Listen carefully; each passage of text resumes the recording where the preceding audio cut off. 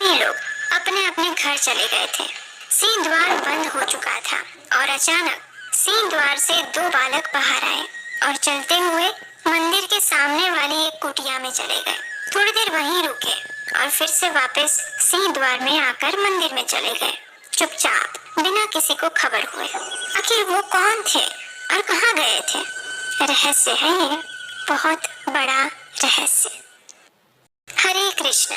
क्या आप जानते हैं, जब भक्त भगवान की प्रत्यक्ष सेवा नहीं कर पाते तो भगवान स्वयं उनसे सेवा लेने के लिए उनके पास चले जाते हैं। आज की हमारी कथा के तार इसी बात की पुष्टि करते हैं। ये कथा जगन्नाथ जी के एक ऐसे भक्त की है जो सामाजिक रूप से अत्यंत साधारण है, लेकिन चेतना और भक्ति की दृष्टि से सर्वश्रेष्ठ है। लेकिन आज की कथा प्रारंभ करने से पहले अगर आपने अभी तक अपने इस चैनल को सब्सक्राइब नहीं किया तो अभी कीजिए और हाँ, बेल आइकन भी दबाना मत भूलिएगा। तो चलिए शुरू करते हैं भगवान जगन्नाथ की मधुर लीलाओं की एक और रस यात्रा। वास्तव में ये लीला जगन्नाथ जी के एक शुद्ध भक्त थे, बलराम दास। उन्होंने अपनी आंखों से होते हुए देखी थी। भक्त बलराम दास वो भक्त हैं जिनकी सत्यता और भक्ति को स्वयं जगन्नाथ जी ने प्रमाणित किया था। एक दिन मध्य रात्रि का समय हो गया था। श्री मंदिर के द्वार बंद हो चुके थे। सभी भक्तगण और पुजारी अपने अपने घर वापस चले गए थे। सिंह द्वार भी बंद था। उस समय बलराम दास जगन्नाथ जी की महिमा का गुणगान करते हुए वहीं टहल रहे थे और अचानक उन्होंने एक रहस्यमय दृश्य देखा।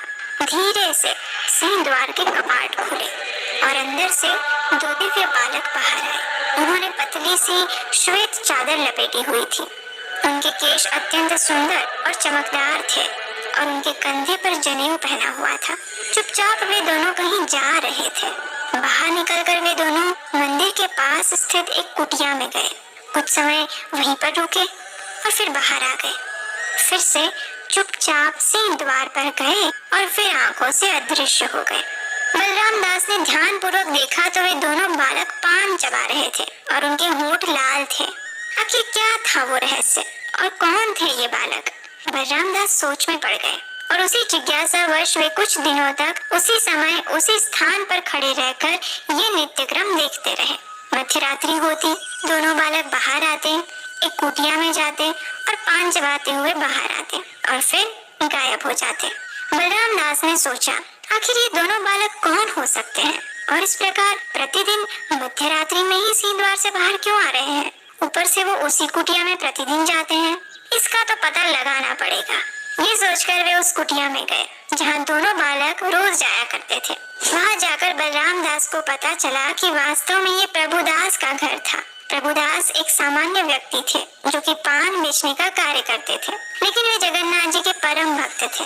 अकेले ही रहते थे और प्रतिदिन पान बेचकर अपने लिए उतनी धनराशि एकत्रित कर लेते थे जिससे उनका जीवन यापन हो जाए और फिर बाकी का समय वे जगन्नाथ मंदिर में ही बिताते थे। कई बार जगन्नाथ जी को देखकर भावावेश में आकर वो रोने भी लगते थे। प्रभुदास प्रतिदिन देखते थे कि जगन्नाथ जी को दिन में 8 बार विभिन्न प्रकार के 56 भोग अर्पित किए जाते हैं और फिर वे सोचते, अरे प्रभु, कितना अच्छा होता अगर आपको भोग अर्पित करने के बाद पान या सुपारी भी अर्पित की जाए, है ना? फिर आपका भोजन संपूर्ण हो जाएगा।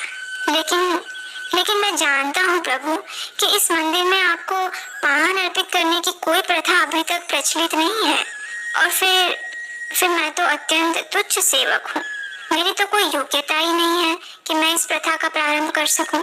लेकिन हाँ, मेरी अदम्य इच्छा अवश्य है कि काश मैं किसी दिन आपको पान अर्पित कर सकूं। बस ये सोचकर प्रभुदास प्रतिदिन अपने मन में ही जगन्नाथ और बलदेव को पान अर्पित करने लगे थे। अब एक दिन क्या हुआ कि बलराम दास और प्रभुदास मंदिर में ही एक दूसरे से मिल गए। बलराम दास ने प्रभुदास से पूछा, अरे प्रभुदास, मैं कुछ दिनों से देख रहा हूँ कि मध्य रात्रि में 2 बालक आपके घर पर आते हैं और आपसे पान लेकर जाते हैं। क्या आप जानते हैं कि वे दोनों कौन हैं और क्या वो आपको पान की कीमत भी देते हैं?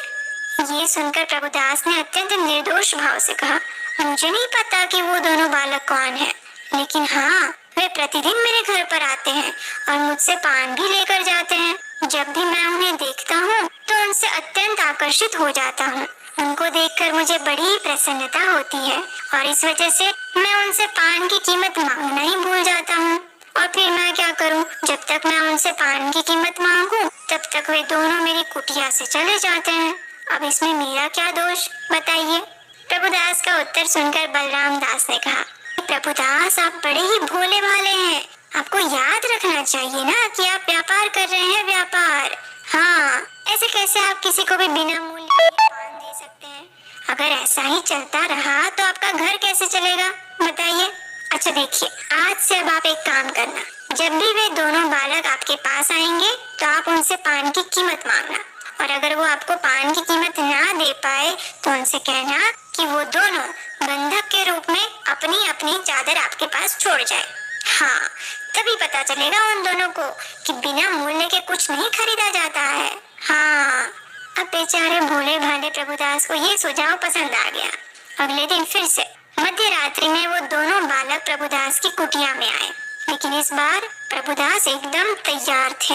उन्होंने दोनों बालक को पान दिया और फिर उनसे कहा, देखो बालक, आप प्रतिदिन मुझसे पान लेकर जाते हो लेकिन उसकी कीमत नहीं चुकाते, लेकिन आज मैं आपको ऐसे नहीं जाने दूंगा। आज आपको अपने पान की कीमत चुकाकर ही जाना होगा। हाँ, अब ये सुनकर दोनों बालक आश्चर्य में पड़ गए। उन्होंने प्रभुदास से कहा, हम तो कुछ भी लेकर नहीं आए हैं और फिर हम तो प्रतिदिन तुमसे पान लेकर जाते हैं। आज तक तो तुमने कभी हमसे कोई कीमत नहीं मांगी, फिर हमें क्या पता था कि आज तुम हमसे पान की कीमत मांगोगे, इसलिए आज तो तुम हमें क्षमा कर दो। कल हम धन लेकर आएंगे और अभी तक तुमसे जितने पान लिए हैं उन सब की कीमत चुका देंगे। लेकिन इस बार प्रभुदास एक निपुण व्यापारी जैसी बातें कर रहे थे। उन्होंने कहा, नहीं नहीं नहीं नहीं नहीं नहीं, तुम दोनों को लगता है कि मैं क्या कोई मूर्ख हूँ? हाँ, ऐसे कैसे मैं तुम पर विश्वास कर लूं कि तुम दोनों कल पक्का आओगे ही? अरे तुम दोनों बड़े युवा और चंचल हो, क्या पता तुम दोनों कल से यहाँ आना ही बंद कर दो। इसलिए मुझे अपने पान की कीमत आज ही चाहिए और तब तक मैं तुम दोनों को यहाँ से जाने नहीं दूंगा। हाँ, तो फिर बालकों ने कहा, लेकिन प्रभुदास समझने की कोशिश करो, हमारे पास इस समय कुछ भी नहीं है, हमारा विश्वास करो, हम कल आपकी सारी कीमत चुकाने के लिए इतना सारा धन लेकर अवश्य आएंगे। लेकिन प्रभुदास नहीं माने। उन्होंने कहा, नहीं नहीं नहीं, मैं अब तुम दोनों की इस भोली सूरत और सुंदर मुस्कान में नहीं फंसने वाला हूँ। मुझे तो आज ही कीमत चाहिए और अभी चाहिए, और अगर आप नहीं दे सकते तो फिर बंधक के रूप में आपके पास ये जो 2 श्वेत चादर हैं उसे मेरे पास छोड़कर जाइए। कल जब तुम दोनों धन लेकर आओगे तो फिर अपनी अपनी ये चादरें ले जाना, मैं क्या करूँगा इसका, ठीक है? दोनों बालक एक दूसरे के सामने देखकर हंसने लगे। आखिर उन्होंने प्रभुदास के सामने अपनी पराजय स्वीकार की और अपनी अपनी चादरें प्रभुदास के पास बंधक के रूप में छोड़ दी और वापस आ गए सिंह द्वार के अंदर। अब एक चमत्कार हुआ। अगले दिन प्रातः काल में जब सेवक गण ने मंदिर के कपाट खोले तो सबको आश्चर्य हुआ। उन्होंने देखा कि संध्या में बड़े श्रृंगार वेश के समय जगन्नाथ और बलदेव के सिर पर जो सफेद चादर रखी हुई थी वे गायब हो चुकी थी। अब सभी सोचने लगे कि आखिर कहाँ जा सकती है ये दोनों चादर, कौन ले गया होगा उसे? और फिर अगर वास्तव में कोई चोर यहाँ अंदर आया था तो फिर उसने रत्न और मणि जैसे बहुमूल्य वस्तुओं को छोड़कर सिर्फ चादर ही चुरा कर क्यों ले गया? नहीं नहीं, कोई चोर तो नहीं आया है अंदर, फिर ये चादर गई कहाँ? सभी सेवकगण चिंतित हो गए कि आखिर ये रहस्य है क्या? और बात पहुंची सीधी राजा प्रतापरुद्र के पास। अब ये सुनकर राजा भी हैरान परेशान। उन्होंने इस कार्य के लिए भगवान के सेवकों ही जिम्मेदार ठहराया और राजा ने आदेश दिया कि जो भी सेवकगण जगन्नाथ जी की सेवा में उपेक्षा पूर्ण थे उन सबको दंडित किया जाए। और इस प्रकार उन्होंने उन सभी सेवकों को बंदी बनाने का आदेश दे दिया। अब जगन्नाथ जी को ये कैसे पसंद आ सकता था कि उनके निर्दोष सेवकगण को बिना किसी भूल के ही सजा मिले? तो बस फिर जगन्नाथ जी की प्रेरणा से उसी समय बलराम दास वहाँ आ गए। उन्होंने राजा को वो सारा वृत्तांत कह सुनाया जो अभी तक घटित हो चुका था। इस प्रकार भगवान जगन्नाथ और बलराम प्रभुदास पानवाला के घर मध्य रात्रि में जाया करते थे और किस प्रकार पान की कीमत ना चुकाने के कारण प्रभुदास ने उनकी चादरें बंधक के रूप में रख ली थी।